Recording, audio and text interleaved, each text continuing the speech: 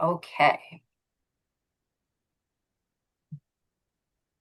Okay, so as I said earlier, we are going to do two Q&A portions for the webinar.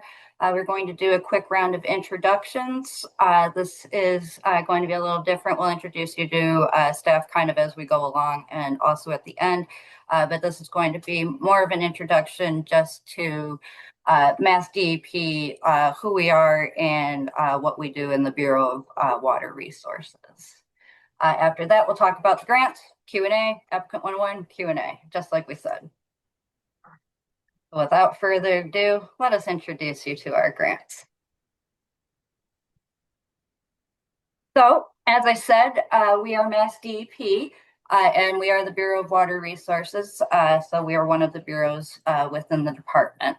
The department itself resides within EEA, and so we are part of an executive office that then is a department, similar to the Department of Conservation of Resources or the Mass Department of Agriculture and some of our other cousin departments.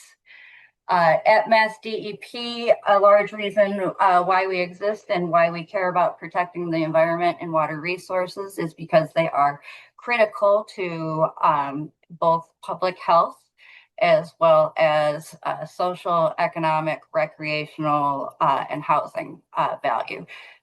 It all kind of feeds together that you need water, both to drink as well as wastewater.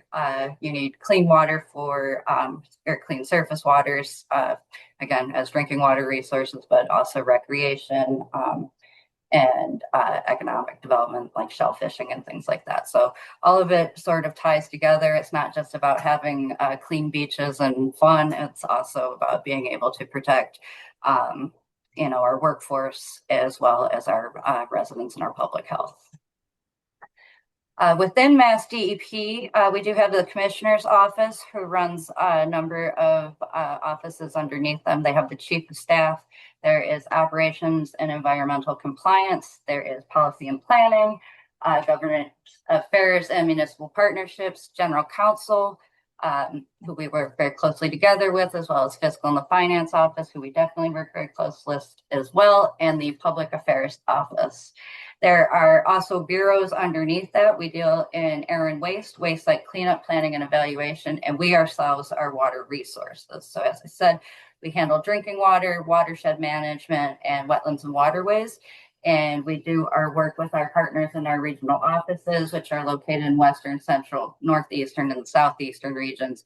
And we also, this is pretty cool, not everybody knows this, we do have a lab, which is the William X. Wall Experiment Station. We do a lot of things at BWR. The different divisions have purview over a number of different regulatory standards, whether that is through permitting or some, or subsets of that. And the importance of this is generally, like a water quality standard for drinking water will regulate how many contaminants are permissible within a water supply. It also requires that a water supplier, issue quarterly water reports.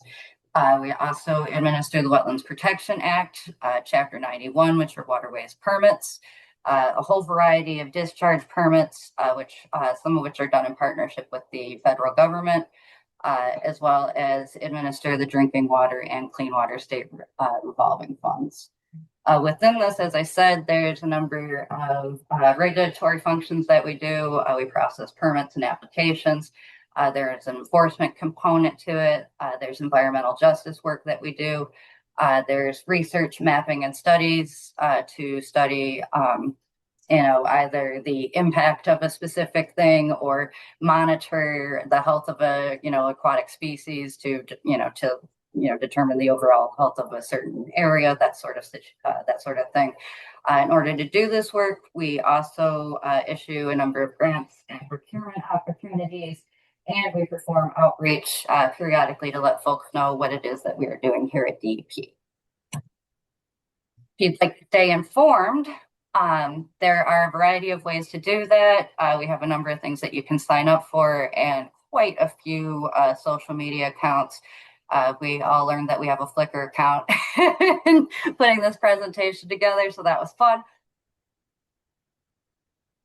excuse me while I take a drink so that I don't cough at you guys. Um, because we do have a number of functions that we perform, again, whether it's permitting or new regulations, there are specific ways to sign up to get notifications as different projects and things move through the pipeline. We have press releases and a web page where they all go along with other news releases. The environmental monitor tracks basically all of the agency's environmental permitting applications and other there's a lot of things that go in that, and so there's so I don't want to shortchange it, but it's got everything in there. There's also when we are doing regulatory updates or permits, there are public comment periods. Those are also located on a web page for opportunities to basically if that is happening, it's on that web page for the opportunities to participate. There's a data portal to view all the active permits, facilities inspections. If there's an enforcement action pending, there's also specific environmental data sets. We have some cool map viewers too. As far as grants and procurements go, we do have a website that is MassDEP Grants and Loans. That is a landing page, not just for the Bureau of Water Resources, but also covers the other bureaus like Air and Waste. And I'm just going to go ahead and blank on all of their names right now. So our friends, for the sake of efficiency. There is also a fairly new tool that has come online that is a statewide resiliency funding database that has that's an AI generated hopper of it's fed by a number of different agencies and departments within the state, but the common thread between them is resiliency funding. There's also the EEA grant management system that handles grants only, but a lot of the applications have been moving over to an online management system portal. And then, of course, there's their good friend Combis. And that is where the grants and procurement opportunities are always posted. And with that, I would like to introduce my colleague Judy Rondo from the Watershed Planning Program to introduce them and talk about what they'll be offering this year. Great. Thank you so much, Courtney. All right, as Courtney said, I'm Judy Rondo. I am the Non-Point Source Outreach Coordinator in the Non-Point Source Management section of the Watershed Planning Program. So we manage 3 grants that I will share with you today. So if we could move to the next slide, please.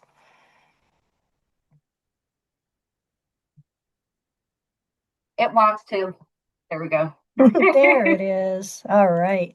Okay, so our first grant is our Water Quality Monitoring Grant. This is a state-funded grant that supports volunteer water quality monitoring efforts. The goal of this grant is to support water quality monitoring that will provide high-quality data for our statewide water quality assessment. And that leads to the development of the biennial integrated list of waters, or you might know it as the 303D list. So eligible entities for this grant include federally recognized tribal nations within the Commonwealth and nonprofit organizations. And this grant funds new and ongoing surface water quality monitoring, capacity building activities that lead to the development of regional and long-term water quality programs and networks. Eligible expenses include equipment and supplies, so all of your equipment, your consumables, staff salaries, external lab fees if you're collecting water quality data and sending your data out to, or your samples out to be processed rather than doing that in-house, as well as consultant fees. Also the development of data management tools. So if you're managing your data in your organization, and also the calibration of your equipment and any, repairs that you need. So for the upcoming grant, we anticipate that will be in the fall of 2026, and we'll have about $200,000 available for funding. There is no match requirement for this grant. Bob Smith is the grant coordinator. Bob is in the watershed planning program, of course, and Courtney is also a grant staff. All right, next grant.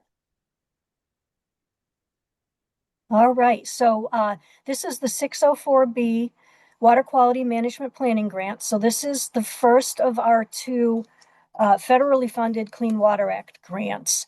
604B, as the name implies, is a planning grant.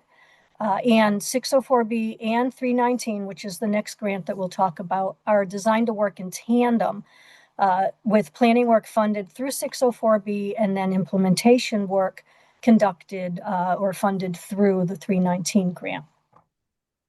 So the goal of this grant is to conduct water quality and watershed assessment work to develop planning documents to mitigate non-point source pollution and protect unimpaired waters. The 604B grant funds activities associated with the restoration and protection of water quality pursuant to the Clean Water Act, as well as the goals of the 2025-2029 Massachusetts Non-Point Source Management Plan. And this includes activities like water quality data collection and assessment, pollutant source identification, pollutant load assessment and load reduction modeling, planning and design of implementation projects, and importantly, the development of 9-element watershed-based plans. This will be a priority for our upcoming grant cycle. So if you are planning on doing any assessment work, think about developing a watershed plan so that you are eligible for 319 funding. And this grant also supports regional non-point source coordinators, which is an initiative that helps build non-point source capacity level at non-point source capacity at the local level, through regional non-point source planning. So eligible entities for 604B include essentially any unit of government. If your organization is a unit of government, like a regional planning agency, a council of government, a county, town, conservation districts, an interstate agency, or state and federally recognized tribes, you are eligible for this grant. We'll have approximately $1.8 million in funding for federal fiscal year 26. There's no required match, although if you do provide match, it may make your proposal a little more competitive. We're anticipating that we will be releasing the next RFP sometime in July, and the due date will be 6 to 8 weeks after that, so mid to late September. We can meet with prospective applicants up until the RFP is released. So if you have some project ideas that you'd like to vet, you can contact Megan Selby, who is our 604B grant coordinator. And I advise you that you do that as soon as possible because the clock is starting to tick. And we will be having a pre-RFP informational meeting probably early to mid-July. If you'd like to be put on our notification list for that, you can email me. I'll drop my email address in the chat when I'm done with my presentation, and I'll add you.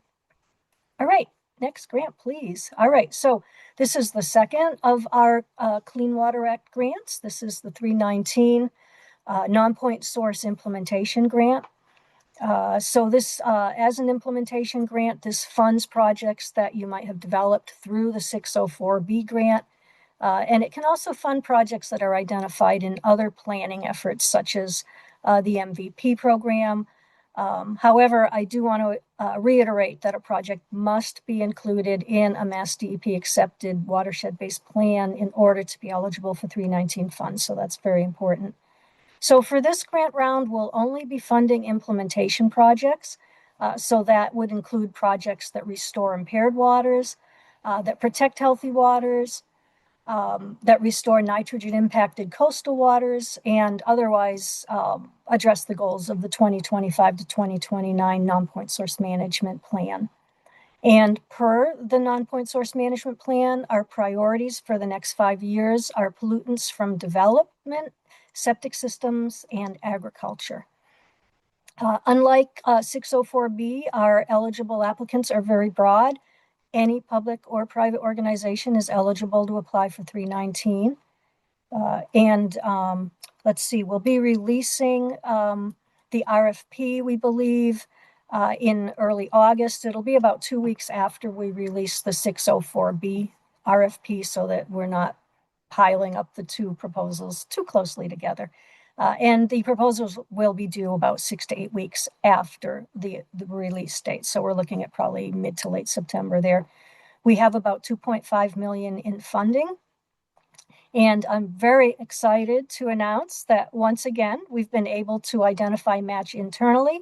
So we are able to waive the 40% non-federal match requirement.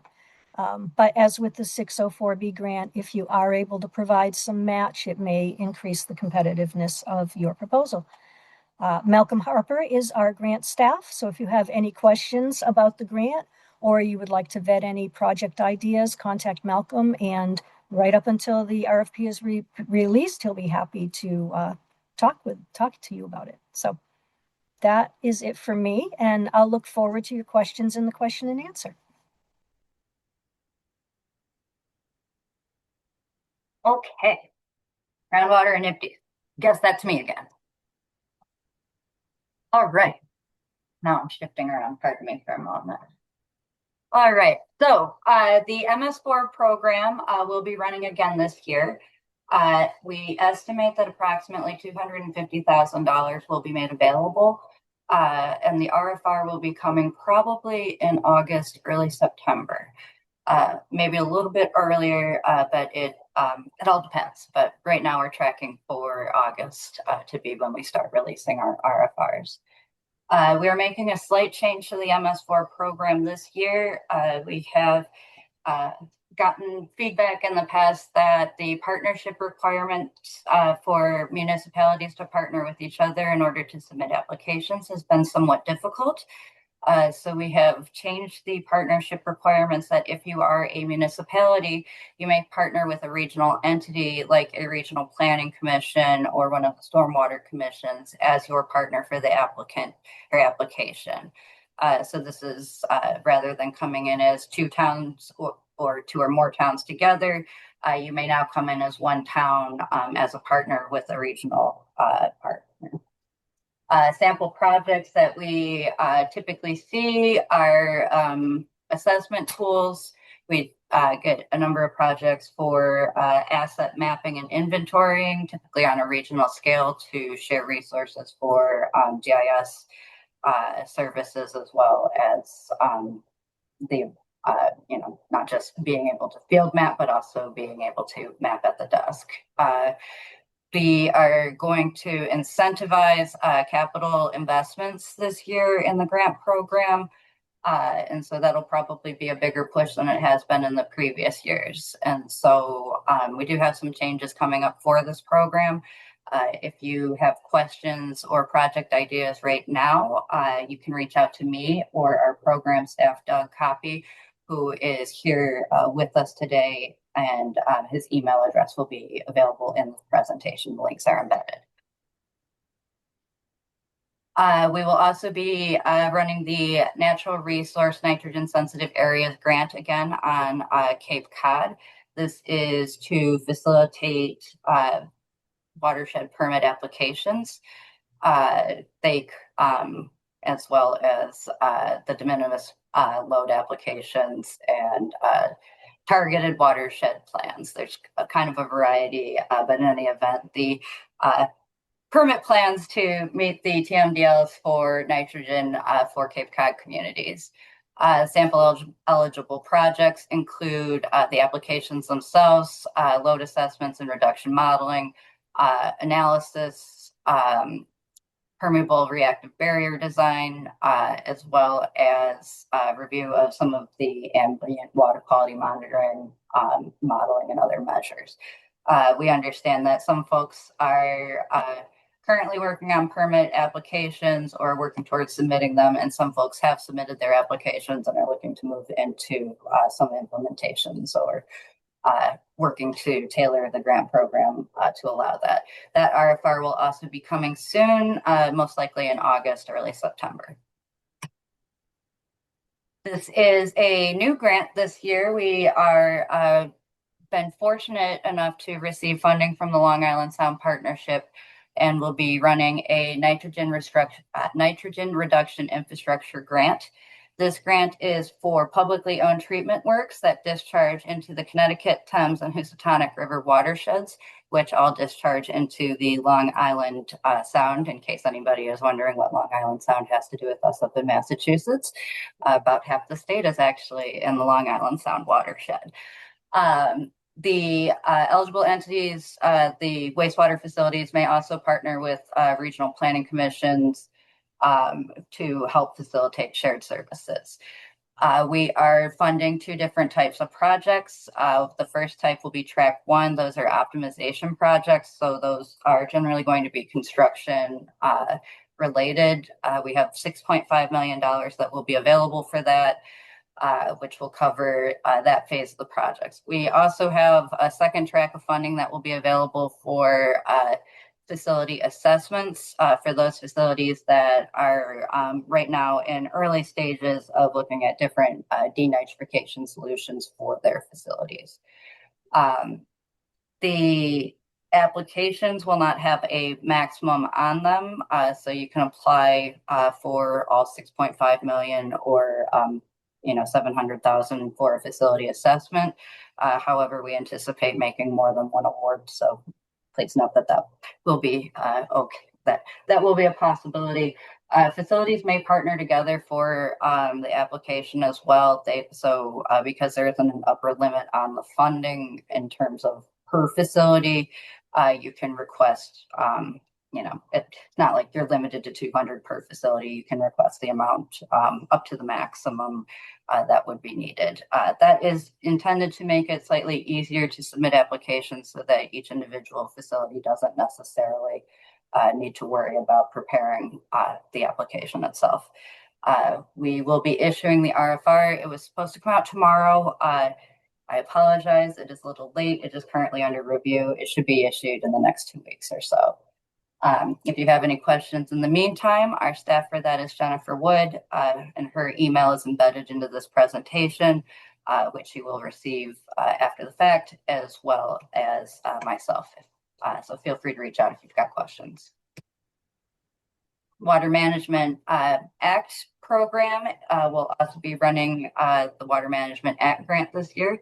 We estimate that there will be $1 million available. This one does have a per project limit, so it's $25,000 to $600,000 per applicant. The eligible entities for this are public water suppliers with a Water Management Act permit application, or registration. The eligible activities for this grant are intended to be consistent with the purpose of the Water Management Act. So it is to use water more efficiently, responsible, and mitigate unnecessary withdrawal. So that's demand management, drought resiliency projects, minimization and mitigation. The uses of the Water Management Act grants are pretty broad. You can do a variety of studies and plans. You can do regulations. You can do water rate studies. You can do look at alternative sources, interconnections. You can fund the actual construction for those. We like shovel-ready projects because the grant term is relatively short, which is something that we always try to warn folks. But there is a wide range of uses on this. The program staff for this for Water Management Act is Jen Durso, and also myself if you've got questions. The M36 water audit opportunity is part grant, part procurement opportunity for our municipalities, or not our municipalities, but our public water suppliers or municipalities with a valid Water Management Act permit or registration. You may apply for a M36 water audit opportunity, which will be a review of your water system for water loss. So we're looking for leaks and leak detection and things of that nature. So what we do for that is issue a notice of intent, which basically says, hello, we're going to be doing this. If you are interested, please let us know. That's kind of the extent of that. On the other side of this, we issue a solicitation. So for our consultants in the audience today, We do issue a solicitation hiring a vendor to perform the water audits themselves. Both activities are funded under the Water Management Act. We have traditionally, for the last couple of years, been running an additional grant, which is the Ipswich River Basin Water Supply and PFAS grant, due to heavy impacts on the Ipswich River itself from drinking water withdrawals. The eligible entities for this grant are public water suppliers with active water management permits or registrations with water sources located within the Ipswich River Basin, and providing municipal water. We are potentially offering this in fiscal 27. This one usually gets posted October to November for the RFR.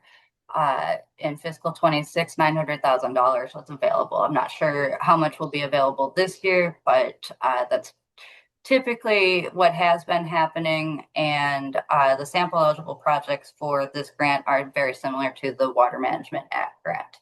If you have questions, again, this one is Jen Durso and also myself. For Chapter 91, Waterways, I'd like to introduce my colleague Sylvie to tell you about her grant program. Hi there, my name is Sylvie Gudello. I work for the Chapter 91 Waterways Program. Waterways Program is also known as the Waterways Public Waterfront Act. You might be more familiar.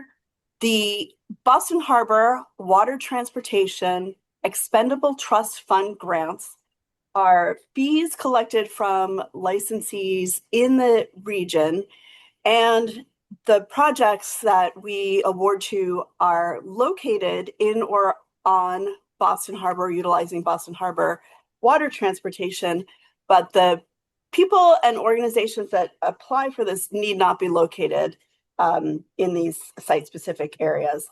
Last year, in the last round, in 2024, we awarded $2.51 million in funds, and they were used for a variety of projects, everything from tickets to use existing ferry services for cultural and educational programming, to ferry repair, to new ferry waterways and new digital ticketing systems for workers utilizing water transportation. As Judy said, you can talk to us about your prospective projects anytime up until the RFP deadline is published. We intend to have another round. The amount that will be awarded is unknown and the specific sites is unknown, but it will be related to Boston Harbor. You can reach us anytime at dep.waterways@mass.gov, and we'd be happy to talk to you. Thanks.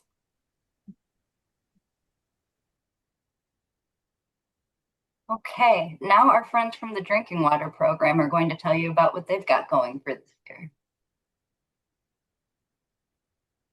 Thanks, Courtney.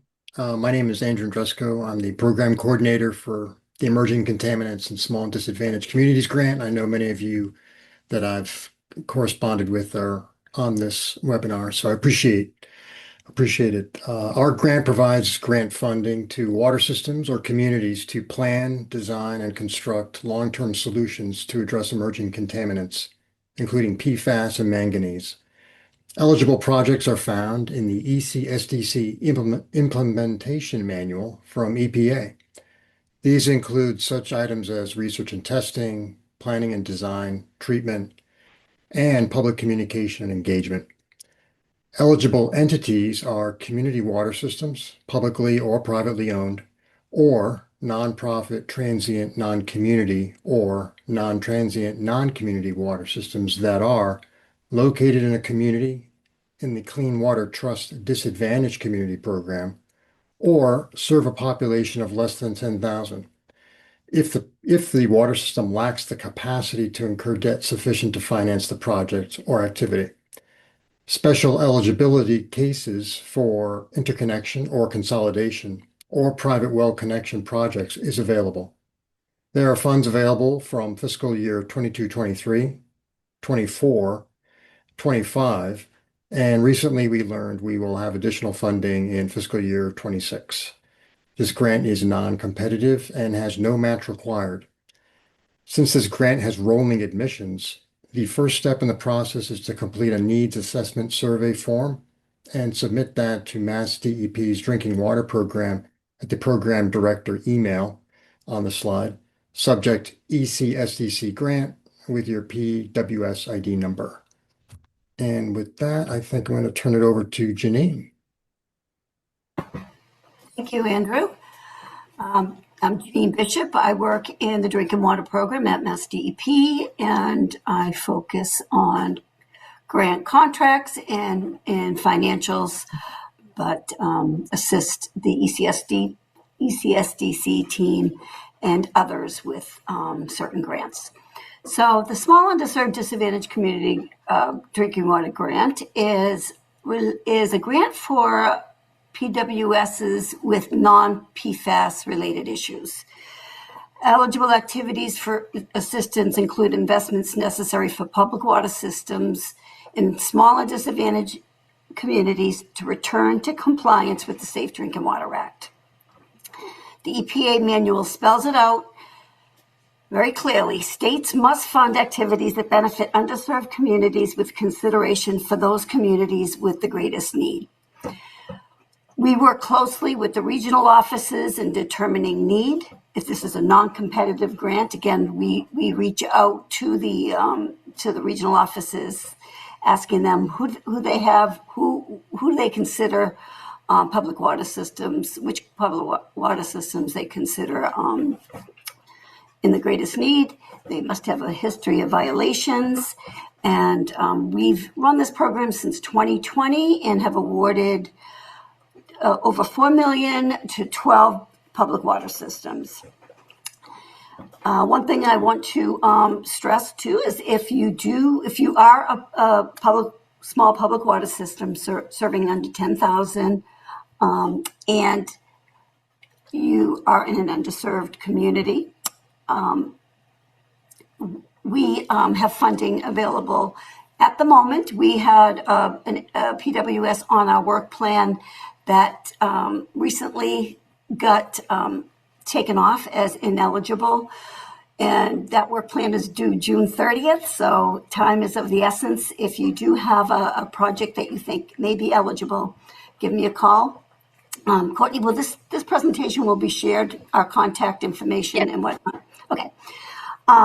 So one thing I do want to point out is the term underserved. It's very misunderstood. People don't really understand what underserved means. It sounds the same as disadvantaged, but what it means, EPA's definition is it's a political subdivision or a state that either does not have household drinking water or wastewater services, or two, is served by a public water system that violates the Safe Drinking Water Act and does not have the capacity to incur debt to address the problem, in a nutshell. And once this presentation is shared, you can click on some of the links included here to get further definition of disadvantage. We go by the Clean Water Trust definition and some of the information here on this slide that will be useful. Next slide. Oh, it wants to do it. It wants to. There we go. Okay, this is the Engineering and Design Plan Grant. This grant came about when we were evaluating the ECSDC need surveys. That's the ECSDC is what Andrew was talking about a couple of slides ago. The need survey is the first step for PWSs to express interest in this grant. And what we realized was that many of the smaller disadvantaged communities did not have the technical or financial capacity to develop the necessary engineering and design plans to address emerging contaminants. And we were looking at readiness to proceed as a factor. And when considering all of the applicants and all of the PWSs that were interested, systems that were ready to move forward were considered before those without design plans. Also, other grant programs, SRF, and other programs, an engineered plan is a requirement, and it's a precursor to apply for grants or other financial assistance. So we went to the Clean Water Trust, and they provided $500,000 in funding, and we were able to move forward with developing the program. We posted an RFQ on Combis and selected two of the firms that submitted a bid, CEI and Fuss and O'Neill, and they do all the work. The application process is simple. It's a 2 or 3 page application. And then after that, the firms reach out to the PWS. They work closely with the PWS and the regional office in determining the issue, developing the mitigation plan. And the public water system does not have to worry at all about the billing, about contract documents. It's all done through the engineering firms, and we coordinate the payments with them. So it's a grant that we hear, but when we hear back from the those who are awarded this grant, they're really thrilled at the way this grant is set up. If any of you were awarded a service line inventory grant a few years ago, it's a similar process to that. Currently, the firms are working with 8 public water systems. And at this point, the grant is on hold until we determine how much funding we have left from that initial $500,000. But we are planning to go to the Clean Water Trust next spring, for additional funding for this work. And I think that does it for me. Yes, this is Gufran. I'll pass it on to you, Gufran. Thanks, Janine. Good afternoon, everyone. My name is Gufran Bulbul, and I'm the Cybersecurity Coordinator for Drinking Water Program. So Cybersecurity Improvement Grant, we launched this program to support our water system's ongoing cybersecurity efforts to improve cybersecurity defense, mitigate the risk of cyber attacks, and enhancing overall resiliency and compliance. Eligibility, all small systems serving population less than 10,000 are eligible to apply for this grant program. And if a water system is serving above 10,000 population, the only way they could apply to this grant program is if they are located in a disadvantaged community. So depending upon the system size, water systems can get up to $50,000 per system. Some of the examples of the eligible projects are like upgrading or replacing end-of-life hardware or software, employee training programs, network segmentation, and developing and upgrading emergency response plans, cybersecurity incident response plans. We allocated total $2 million to this grant. So far, we have spent almost 70%. Still, we have 30% available. And we are accepting applications on first come, first serve basis. If you have any questions, we are happy to assign you a cybersecurity technical assistance provider as well. And I think that's about it. Thanks, Gufran. I'm going to introduce the Water Infrastructure and Planning Grant, which is offered through the Clean Water Trust. We have 2 state revolving fund programs related to water. One is the Drinking Water Program, and the other is the Clean Water Program. Clean water generally includes wastewater, stormwater, and groundwater issues. The Infrastructure and Planning Grant offered through the CWT is your introduction into the SRF program. The state revolving funds are largely used for loans for major capital projects, and we operate a few grants out of the program. This is one of them. But should you be a municipality that might have a sizable project, it might be a good SRF candidate to get into that process. You generally start with this grant and drop an asset management plan, so you have an assessment of what is going on with your infrastructure and some prioritization of what is needed moving forward. This plan is the precursor to getting the SRF bond process started. Eligible entities are any city, town, special district, water department, something of that nature. A wide variety can apply for the program. The project evaluation form is the first step of the process. Prior to submitting, I recommend getting in touch with Michelle Higgins. Her contact information is provided towards the end of the presentation. It's a tight turnaround between now and July 24th, but at the same time, it's not closed. So we do recommend getting in touch with the SRF staff should you have a project of interest. Next slide. Other drinking water and clean water trust grant and loan opportunities. The Sewer Overflow and Stormwater Reuse Municipal Grant Program is a grant which allows up to $250,000 in funding to plan or design for sewer overflow and combined sewer overflow events, as well as stormwater mitigation projects in small and disadvantaged communities. The Community Management Septic Program funds communities to devise a local septic management plan. It provides financial assistance to homeowners who need to make improvements using betterment agreements and a loan program that we pass on to municipalities to run for placements. There is no project eligibility form required for these grants. The admissions are rolling. If you're interested, reach out to the Clean Water Trust and SRF staff. Next slide. We also have some planning project loans. No PEF is required. This is for a variety of needs, whether it is drinking water or wastewater related. For CSO, for stormwater management plans, engineering work, studies, project valuations for long-term infrastructure projects. We also have a lead service line planning program, which is a grant replacement loan, which funds the lead service line replacement to help folks meet EPA drinking water standards. And with that, I'll turn it back to Courtney.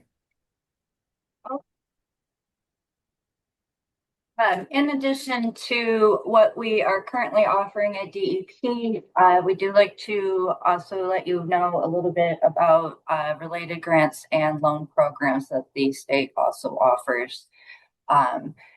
As we have mentioned, we do have the drinking water and clean water state revolving loan funds.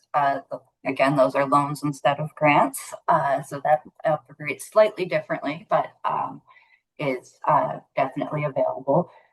There's the Drinking Water Supply Protection Grant Program, which is offered through DCR that funds land purchases to protect current and future water supplies. There is the Eco One Stop application, which launched this year. Their RF period has closed and they're moving towards their award period. But while they're doing that, they're also gearing up for the next round, and their expression of interest period is September through October. Underneath the Eco One Stop program is the Municipal Vulnerability Preparedness Program. A lot of folks in this audience are, I'm sure, familiar with the MVP grant. There's also the Coastal Resilience Program, the Coastal Habitat and Water Quality Program, Cooling Corridors, which is tree planting, does a few other things, but trees like that one. Planning assistance for sustainable land use practices, dam and seawall repair and removal. The culvert replacement program is also under that application. We also have the Community One-Stop application for growth that is largely through the Executive Office of Housing, Livable Communities, but also includes economic development and mass development, MassWorks, and a few other state programs. Underneath the one-stop application, while that is largely focused on housing-related activities, it does have the Housing Works Infrastructure Program under it, the MBTA Communities Catalyst Fund, the Community Planning Grant Program, the Rural Development Fund, MassWorks, and more. All of those programs do allow for the funding of infrastructure projects, so that is generally horizontal or vertical if it supports housing development. And so they don't have a single contact email address for that because, like I said, it's several different agencies that operate under that application. But they will be opening their guidance phase in January through April. So if you might have some interest, they have they have fairly sizable programs, so I wouldn't necessarily not look at them, even if you are more, if you thought you were looking at the Eco One Stop, you might have a Community One Stop application, so don't count that out. We also have coming up 2 brownfields grants for MassDEP. That one that is due, I believe, June 19th, so definitely coming up, which is the Morpho grant. And I wish I had the notes, but that is marine oil spills oh gosh, I hope they forgive me. I am screwing it up, but in any event, what that funds is coastal research having to do with oil spills. They also have a TAG grant, which is a technical assistance grant, which is up to $20,000 is available. That is available to community groups to participate in either regulatory or permit proceedings that allows them to employ independent analysts, for example, to do sampling work. Like let's say it'd be, let's say it's a housing project on a reuse site that was a former dry cleaner. This could be used by or the technical assistance fund could be used for soil tests or basically the hiring of other independent experts to assist them with being able to participate in the process. And so those grants are also DEP grants and coming through, though not necessarily directly related to what we have in front of us today. There is our staff contact slide that goes with person per program. Again, these slides will be posted online as well as the website, and by registering for this webinar, you'll be sent a link to it. So you'll be able to pull all of this if you need, and we're not able to catch people's contacts as we are going through. Okay. So with that, we'll bring it over to the Q&A portion. If you put questions into the chat that you'd actually like them answered during this portion of the presentation, feel free to go ahead and put them over in the Q&A now. Thanks, Courtney. We have several questions in the Q&A box here. First off, I got a couple of repeat questions about these slides and the plethora of links that I shared during the presentations. All of those links, including the presentation slides with those additional links embedded, as well as contact information and email addresses for program staff about these grants, those will all be shared via email after the webinar. So first question we received, this one's related to the water quality monitoring grant. Are there minimum reporting requirements on elements tested? And part 2, do you need to test for metals? And when is the grant open? Yeah, so I appreciate the question. So I'm Bob Smith. My colleague Judy presented for the program, but I managed the grant in coordination with Courtney. Each grant cycle provides a list of priorities. The fiscal year 27 RFR, RFQ, RFG, request for the request for proposals has not been released. So we haven't, I can't say what it will be for the upcoming fiscal year, but if you look at past request for proposals, you can see what that looks like. So I can't say specifically if there will be, but they're typically, if there will be, what those priorities will be and what focus might occur for any specific analyte, metals, or otherwise. The only reporting requirements are that the data be provided, the monitoring data collected through the grant, through the grant be reported to MassDEP and to me essentially as part of a normal water quality. Just like any other water quality monitoring program might do, that reporting factors into what's called a good standing metric in past cycles. Again, whether that will be incorporated into the future is to be determined. So yeah, that's sort of it.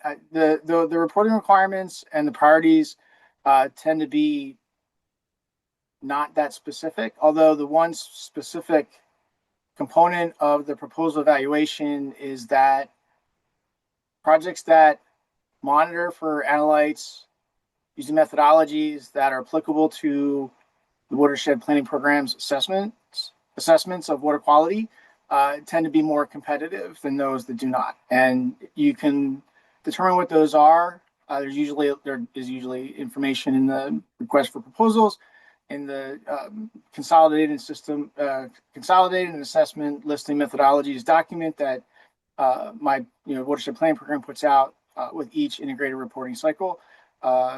My contact is in the list if you need additional information related to that. or want to talk to me about proposal ideas, please reach out. And if I didn't answer that question quite right, please put some additional information in the chat or ask it again. Thanks. Thanks, Bob. Next question is, I believe, about notification. Is there a way to subscribe or be notified when these opportunities become available? Yes, and we will tell you more about it during Applicant 101. And if you can't stay for that, I'd say email Courtney Starling. She can share if there's a specific grant that you're interested in. We can share notifications that way too. The shortest answer, though, is that every grant RFR is posted to Combis. It's a requirement, so they will all be on Combis always. They will also be in other locations, but Combis at a minimum. Next question, are the grants discussed so far only for surface water? And this, I think, was early on in the Oh presentation. boy, where were we at 123? That might have been watershed planning programs grants. And yes, for those 3 grants, they are specifically for surface water. I can't speak for any of the others. Sylvie, go ahead. For the water transportation grant, it's also for infrastructure at docks, signage, and accessory uses like that. So it's quite broad. Also, it's not just municipalities, it's also nonprofits and quasi-governmental organizations that are eligible to apply. Thank you, Sylvie. I also got another question about the 319 grant in the chat. So I'll just do that one now while we're on the topic. Can 319 projects be sought by 2 towns for a single project? Yes, I guess I could answer that 2 ways. And they're both yes. The first is that if 2 towns want to partner on a project, they can. One town would have to be the applicant and the other would be a project partner. The second way is if 2 towns were interested in sort of dividing up the project responsibilities and each applying for an individual grant to do their particular part of the project, which might be a little dicey because if one gets funded and the other doesn't, only half your project is going to be done. So I would suggest partnering up and letting one town be the lead applicant. Okay, thanks. While we have you, Judy, I have another question for this one's for 604B. This is this I think was asked both in the chat and the Q&A. Town of Needham focuses strictly on water quality planning, specifically integrating community health metrics into non-point source nitrogen assessments to support their watershed-based plan, WPP. Does this project alignment match the scope and priorities of the upcoming Section 604B grant? It sounds like it does. The 604B definitely does fund assessment work as part of its eligible activities. And we do like to see the planning work for the implementation of watershed plans done through 604B as well. So you might want to contact Megan Selby, who's our 604B coordinator, and run your ideas past her, and she could give you some guidance and kind of help you to craft a good proposal. Great. Yeah. Thank you. Going back up a little bit to the previous question, Water Management Act grant. Can this be used to fund, Water Management Act grant. Can this be used to find a new source well? Generally, I don't believe so unless the new source is going to be an interconnection to another water supply. Okay, next one, public water suppliers, engineering and design plan slide. It states by a pre-approved engineering firm. How does engineering firm become pre-qualified? Or is it limited to Fuss and O'Neill and CEI? Oh, this is a very good question. We'll talk about this during Applicant 101 a little bit as well. Because as I said, DEP is not just grants, we are also procurements. We do a variety of procurements. They are done a variety of ways. One of them is by contracting services off of a statewide contract. We use two statewide contracts commonly. One is called PRF 76 and the other is called PRF 77. To become a pre-approved vendor, in order to be a pre-approved vendor for the statewide contract, OSD in the comptroller's office issue an RFR every couple of years which is basically an open call for firms to apply to be pre-approved. And so PRF 77 opened, I think, in 2024, maybe 25, and 76 is going to open again, I believe, next year. And so this is kind of, while there are a lot of tools on their website to kind of teach you about this and how to become a pre-approved engineering firm, unless somebody kind of tells you, hey, you actually have like a solicitation opens, you respond to it, you send them a proposal, it's kind of ambiguous. And so one of the things that we will be talking a little bit more about is the pre-qualification process. And while we hire off of specific statewide contracts, some of the organizations that are on this call are not interested just in, DEP and what DEP does. So there are, other state things that, state contracts that I'm sure vendors would be interested in. So I can tell you about the couple that we use, but there are many, many more. And that is exactly what the drinking water program did. We submitted an RFQ and we got 3 proposals and selected 2 of the proposals for this work. So for some of the work that we do, when we need to hire a vendor to do the work like a consulting firm, we will issue an RFR or an RFQ that will be available on Combine. But if it's hired off of a statewide contract, that will be sent specifically to the vendors approved for that statewide contract. So it doesn't necessarily hit, like, I'm not going to say like prime time, the mainstream, like it's not promoted everywhere because there's a specific list of vendors that are qualified to hire off of it, which is why it's very, very important and to keep an eye out for when the PRFs, or for when the statewide contracts actually open in order to apply to become a pre-approved vendor. So essentially submitting a qualification pack for the area that you're looking to apply in, and you can become pre-approved under multiple different contract categories. And so if you pick one, it's not to the exclusion of another. And also keep your eyes on the drinking water program's newsletter in the main. We will let folks know when OSD goes out to bid for engineering firms. And so it happens every 5 years at a minimum. They do revisions periodically that where it opens more frequently. And so, like I said, 77 opened, was it 24 or 25? I can't remember. They're blending together, guys. It was fairly recently, but it was a little while ago. I think that one expires in 29. I think it's got a little bit more time on it, but 76 is coming up in 27. I know we're almost 27. Is that the one? Okay. A little work. Yeah. This is a big deal internally to us as well to make sure people know when this is happening. More to come on that in Applicant 101. Yep. We have several more questions and I'm cognizant of the time as well. Yes. So hopefully we can breeze through some of these.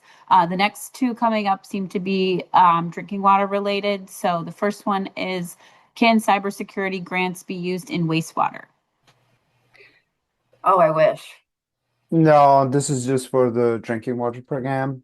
For now, hopefully within a few years, we can launch something for wastewater too, because the threats are kind of similar to both. So the requirements are also are similar for facilities to have cybersecurity plans, but we haven't identified a funding source yet for wastewater. It's a priority though. Has the drinking water SRF program, asset management program, been paused? I don't believe so. I think they're just between rounds. Are there any grants for educating the public on water issues, including actions that they can take? All of our programs in one way or another do encourage public education, either overtly through scoring benefits or slightly more indirectly where we just say it's encouraged.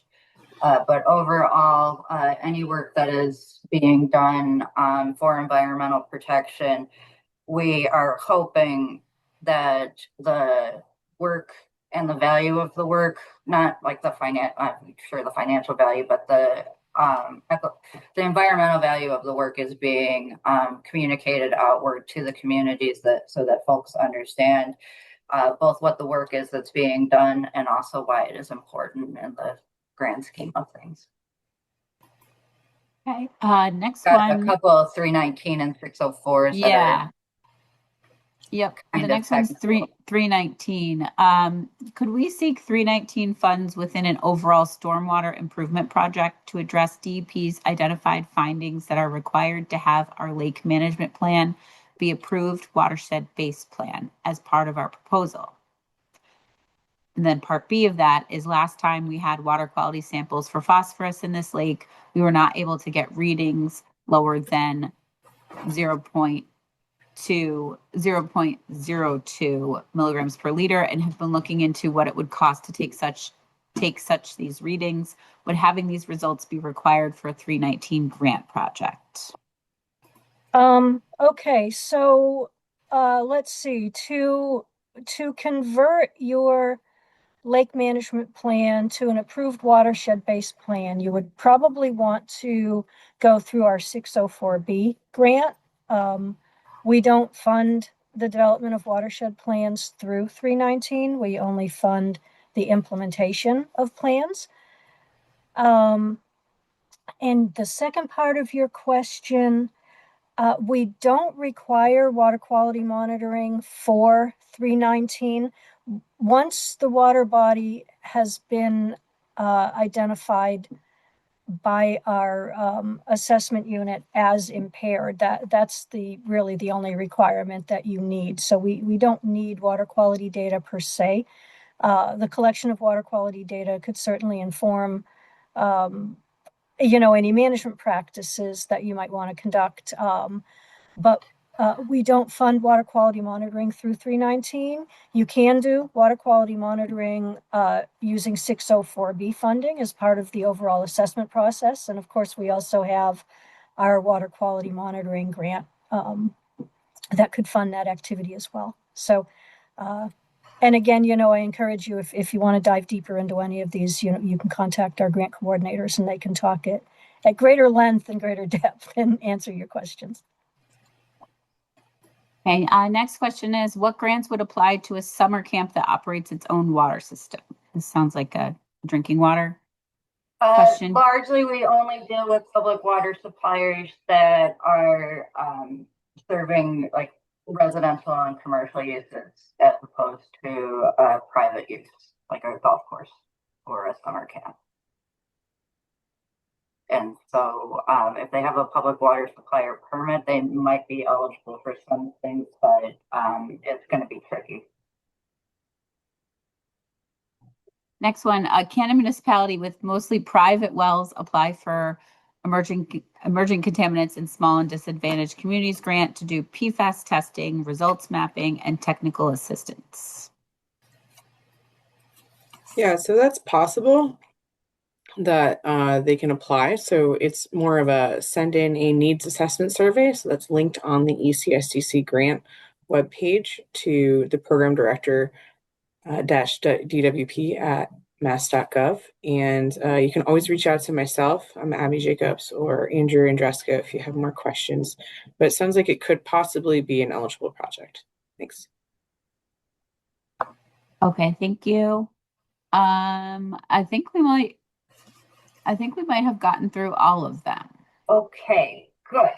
All right, folks. We are double check the chat. I think, the chat is clear too. So I think we've gotten through all of them. Okay, cool. All right then, friends, we are going to transition into Applicant 101 and talk a little bit more about how to find out about grant opportunities, procurement opportunities, how to become a vendor, and do business with the Commonwealth of Massachusetts. So with that, I am going to hand it over to my friend Andrew to tell us all about how environmental issues trigger us to write regulations and research all kinds of issues. Thanks, Courtney. I'm trying to fit into some big shoes because this was Nishayla Porter's handiwork. So unfortunately, she couldn't be with us today. But gratitude to her for putting together these slides. This is kind of our abbreviated primer, so we're painting some broad brushstrokes in a short period of time. But where do MassDEP's funding priorities come from? Issues can be identified by a wide range of stakeholders, which necessitate the need to either study and then regulate or simply regulate. Grant programs are generally designed to support the need to study or the need to provide support for implementation and compliance. Sometimes we procure services to perform research. Once realizing there is a need, for instance, PFAS in the water, how much is too much, creates a need for regulatory compliance. The graphic is intended to illustrate this cause and effect in a top-down way. Next slide, Courtney. This is the grant life cycle milestones, which follows a pattern of planning, drafting, implementation, and reporting. So beginning in the upper right corner, the planning phase, public notice, this is pre-RFR applicants should be in the planning phase. This is an opportunity to identify grant opportunities and check eligibility and fit. Consider potential partners and the project scope of work, develop MOUs, and seek letters of support. Moving down to the drafting phase, during the request for responses, applicants should be in this drafting phase. This is an opportunity for applicants to attend information sessions, formally submit questions and receive a formal response back, begin drafting and submit a proposal. And moving on to the implementation phase, once notified of the award, applicants move into this implementation phase. Awardees are responsible for completing contractual documents, implementing the necessary tracking of the project. If not awarded a grant, however, this is a great opportunity for applicants to request a debrief meeting on their application. And then moving up to the reporting phase, this is post-award, shifts the recipients to this phase where awardees are responsible for submitting required financial documents such as invoices, submitting quarterly and final reports. And in the case of ECSTC, we actually require monthly reports, which I know many on this webinar are familiar with. And with that, we're going to move to the next slide, Courtney. This is the illustrious Combis, which was one of the many resources Courtney mentioned at the very beginning and then was referred to later in the Q&A. This is pivotal to basically getting notified of grant opportunities. It's not that difficult a process. We in the ECSDC grant program, that's one of our first questions. Are you registered with Combis? Because if you're not, let's get it going. So just from this slide, some of the big hurdles are determining what the actual business legal name is and legal address. A lot of us are familiar with the entity with which we work, but it's not the legal owner. So getting that legal owner, those details are key. The unique identity ID number, which I'm going to talk about when we get to the W-9s, that is also critical. Enter in the business type. I also think that if you are registered with the United Nations Standard Products and Services Code, you do get notifications of grants. I think Courtney may have referenced that or in a conversation that she and I had. Enter in multiple email addresses to improve awareness of opportunities and milestones. Grants can also be searched by going to Combis, selecting advanced search for bid solicitations, and selecting grants under bids in category, environmental services for DEP procurements. Next slide, Courtney. I just want to also Oh note yeah, that please. if you do not have a Combis account, that's how the advanced search instructions are how you can still search for grants. That's a manual search. If you use the UNSPSC codes when you register your account, that will send you automatic notifications. Make sure that the email addresses that go with your entity are valid. It is not uncommon for when somebody signs up for the account and then they leave that entity, your grant notification, your notification for opportunities may be going to an email address that no longer exists. So be sure that you keep it up to date and that you have multiple email addresses. Awesome. Thanks, Courtney. Here is a great slide that delineates the core documents that are required for our contract documents, beginning, of course, with the standard contract form, the notorious CASL, scope of work, and the W-9 EFT form, and settlement release, which those of you who are in the ECSDC program know that we have a different process, but that applies to most of the other grants. Do make sure that a signatory who is signing the W-9 is also on the CASL because it'll get kicked back.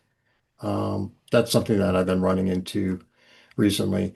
Scope end date, contract end date, those are key too. Fiscal will drill down on dates. And I know some of you on this webinar too have conversed with me on those issues, and Abby and Janine as well. Next slide. Definitely some people on this call that I hazed with our content.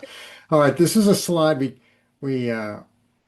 I think Courtney and and Janine, we were kicking around an idea last year. So this is a slide from last year where we wanted to show you the difference between the W-9 mass substitute versus the W-9 federal. The mass substitute is the only W-9 that MassDEP will accept. And what oftentimes happens, and I totally understand, just pulling a W-9 off the shelf, which more often than not will be the federal form. The Massachusetts form does not have the UEI. So if you go back to the other side, right, and that's the kicker, because without that, nothing happens. And that is that is a back and forth for everybody. Top left corner, that's your tell. Tough love, right.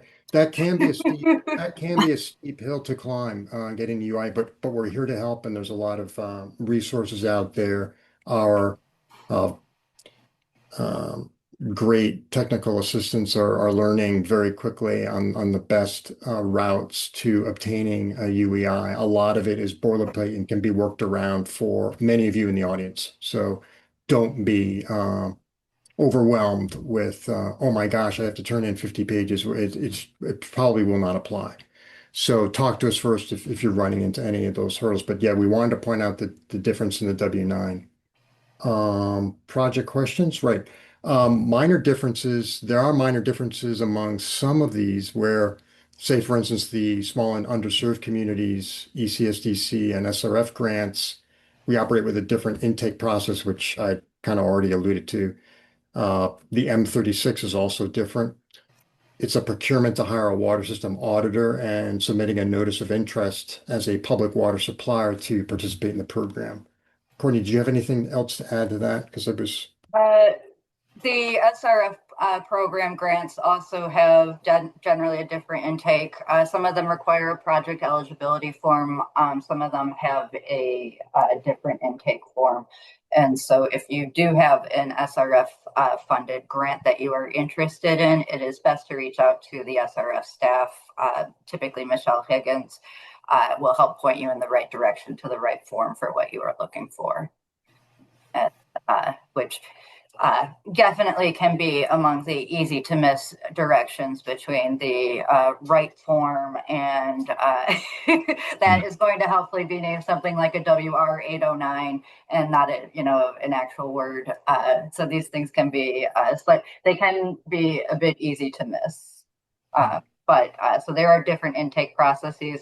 However, any project that you want to do, the best practice for any type of project it is still to reach out to the staff first and start that way. And that way you will have all of the right forms and be set off on the right road right out the gate so that you don't waste time. Next slide, right? Would you like to tell them more about our easy to miss directions? Try to remember if this is not, this might even be my Yeah, slide. well, I mean, the due dates I think are key. And eligibility is something that probably Abby and Janine could talk about until the cows come home. So I think that we kind of run into things where we're kind of teasing out eligibility issues. So any of the homework that you all can do ahead of time to get ahead of this really saves us because we're ending up going through implementation manuals and finding out precisely what is eligible or not. And sadly, in some cases, I have to kick it back and saying, we're sorry, it's not eligible. So that would probably be my caveat to folks. And when you do reach out, even if your project idea might not be an ideal fit for one of our programs, we will try to connect you with Absolutely. a good dance partner if we know of one. Absolutely. So the eligibility can be tricky. It does vary by grant. For those that we run routinely, sometimes we do shift eligibility requirements and make minor tweaks to the program when we have different goals that we're looking for. There's things like page limits. We really do actually want, we put the page limits there because we want you to follow them. There are some programs that receive 70 applications, and so if there's a 20-page page limit, that's 100. It gets to be a lot, and so page limits are good. Following the submission instructions, good. Great, thanks. This was a great slide that Michelle put together. So the best practices for proposal development, some of the bullet points. Assess the eligibility and fit. So review and confirm the eligibility requirements for the grant opportunity, something again I alluded to earlier. Check the grant timeline and ensure that it works with the project timeline and budget. Some questions to ask are, is money advanced or reimbursed for the project? We run into this quite frequently. And can your organization manage under the constraints like waiting to be reimbursed? Secondly, incorporate planning, preparation, and submission into grant development timeline. So start planning before the grant is live. Make your online profile in advance of the grant deadline and work outside the grant portal. Please utilize our provided templates. They make our lives easier. They make your lives easier. Answer the stated questions completely. Ensure questions are answered accurately and completely. I think Courtney and I talked about this a little bit last time, but with the advent of AI, so please note that AI is not always accurate and can hallucinate. So just beware of some of the slop that it can generate. All answers should be checked for accuracy, and answering not applicable to questions that apply is undesirable. Lastly, ensure all requested documents are submitted. And one note we wanted to make was inclusion and engagement are becoming increasingly important towards Project Soaring. So be aware that when you're pulling together your project specs. And the next slide is on partnerships, Courtney. Yes.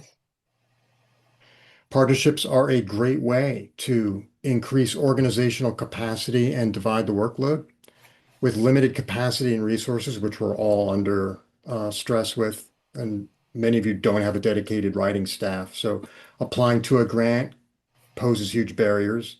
So partnering with other organizations and entities can alleviate some of these barriers by dividing the workload and certainly diversifying expertise.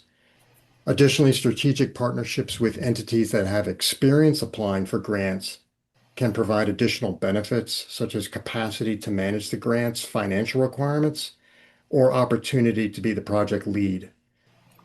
They strengthen and diversify applications. Collaboration can increase resources and expertise and expand the impact of the intended grant project. Work across sectors and incorporate community. They provide the opportunity to align public interest with a proposed project. And lastly, increased funding opportunities. Partnerships can open up new funding opportunities your organization wouldn't typically qualify for or provide capacity for larger grants. When considering partnerships, think about what expertise your entity provides and what gaps in expertise need to be filled. And next slide is questions, right? Okay, if anybody has questions about this Applicant 101 presentation, feel free to put them in the Q&A box now. I think we only have 2 questions submitted so far. The first one is a big one. Is there a way to receive notifications about DEP grants other than combis? Okay. So there was a slide earlier in the presentation that talks specifically, that would be what I get for actually stopping the share screen. That is the sustainability aggregator for all the sustainability related grants. We have a link to that, as well as the grant management software that EEA has, which is called GTMS. And so we've got 2 links for that. We also, when we put a grant application out, work with our EJ coordinators to help promote it, as well as the commissioner's office. So it will be put out on social media. They do sometimes a press release, sometimes they hit a mailing list. The individual program staff themselves frequently have mailing lists of, their eligible applicants and people who have indicated interest. So there are a variety of ways to do it. Combis is currently the only central way to do it, but Combis is also kind of upset with life, generally speaking, and so it's not the most user-friendly interface. And I do understand the reticence and the desire to look elsewhere. And so you will see them posted onto our website. There are 2 pages that we specifically use, and then you will. Like I said, and then also with the various promotion that we do through our communications offices. Next question is, do you prefer to deliver funding to one entity, or if we know we could accomplish one section of an RFR, like public engagement, is it better to apply for a small slice of the grant pie proposed, or is it better to search for partners to incorporate us into their proposal? What we would like you to do is come in with as a partnership in a fully cooked project. One of the reasons that we do meet the grants and is to try to establish some continuity year on year, to give a heads up of what is coming, to give folks more time to plan not only their projects, but also look for strategic partnerships. Because our grant scoring, the applications are very competitive. Scores on the average grant, the highest score and the lowest score are maybe 10 points apart. So where people are able to really pick up more points or to get more competitive applications really is with these engagement components and with those partnerships. And so moving forward, some of the work that we do want to be doing is help people facilitate the partnerships, more or less help people meet each other. But it is good to come in together. One entity does need to be the lead, which will handle the billing for their subs. That will be a contractual requirement. But if there's one component that your entity is really good at, we definitely encourage you to put yourself out there as an entity that is good at that, so that people are aware of you, and that also there's no prohibition between partnering on more than one application. So if your thing is engagement, and you don't have to, you can be that thing on more than one. Last question I have is, will the PowerPoint be shared? Oh, actually, no, there's a few more. Will the PowerPoint be shared? Yes, we will share the PowerPoint presentation for both Meet the Grant session and this Applicant 101 session after via email. We're also going to post the slides and the PowerPoint on our website, as well as the recording to this webinar. Next question is, could you send the links of the things that Courtney just referenced? Yes. Yes. And then I hope some of the Q&A responses might also be sent out. Thanks for the great info session. We do post the Q&A on our website as well. Yes. Yep. Let me just make sure that I've gotten everyone that submitted. I think we have. Okay. We are just we're 3 minutes over. Not bad. Just as a short plug, this is the beginning of a series of trainings that we'd like to be doing to help with developing applications, grant writing, procurement, helping people get registered with the state, becoming vendors, being notified for procurement opportunities, being on those, pre-approved on the statewide contracts, those sorts of things. And so we do hope to be doing more of this. And if there's anything that you are interested, I am going to run just a quick poll with that will collect answer at the end as to if there's anything else that you might be interested in learning. So with that, the poll is launched. Feel free to respond. We'll leave this open for a few more minutes. And outside of that, we just want to say thank you for attending on behalf of the entire team. Thank you for your interest in BWR and MassDEP. Like we said repeatedly, please reach out if you've got any questions, if you've got a project. We understand that our funding is very much geared around, MassDEP and what we are doing, and we know that you have other things that you are trying to do. So please tell us about yourselves. We'd be happy to help.